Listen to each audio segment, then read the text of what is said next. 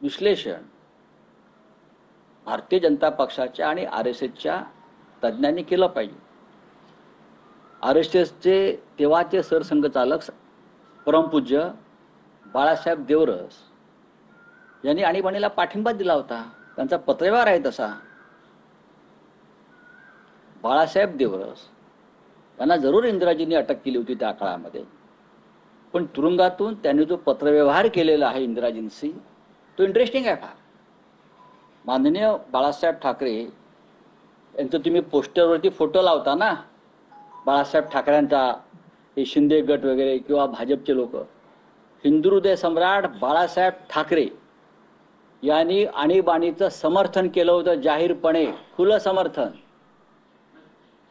तिकडून खुणा काय करताय? बाळासाहेब ठाकरेंनी आणीबाणीचं समर्थन केलं होतं। आमच्या मार्मिक साप्ताहिकावर तेव्हा धाडी पडून आमचा प्रेस बंद केला होता आणीबाणीमध्ये, तरी आम्ही त्यांना समर्थन दिलं होतं। आणीबाणी ही शिस्त लावणारी एक व्यवस्था होती।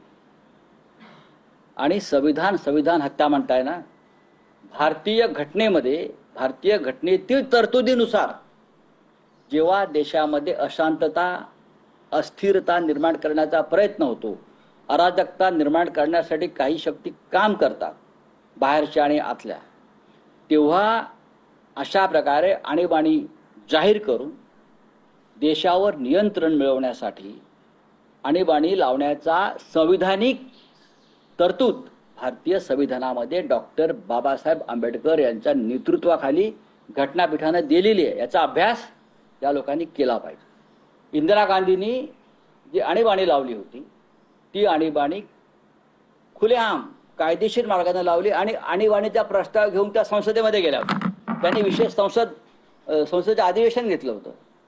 गेल्या 10 वर्षामध्ये या देशामध्ये अघोषित आणीबाणी आहे।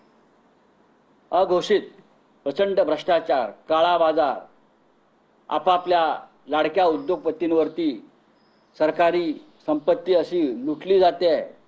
विरोधी पक्षाच्या नेत्यांना बेकायदेशीरपणे तुरुंगात टाकलं जात आहे, त्यांची सुनवाई होत नाही। आजही तिहार आणि उत्तर प्रदेशच्या तुरुंगात असंख्य लोक अडकून आहेत, महाराष्ट्रात अडकून आहेत। कोणालाही तुम्ही देशद्रोही ठरवताय, नक्षलवादी ठरवताय, तुरुंगात टाकताय। इंदिरा गांधीने केलं नव्हतं। इंदिरा गांधी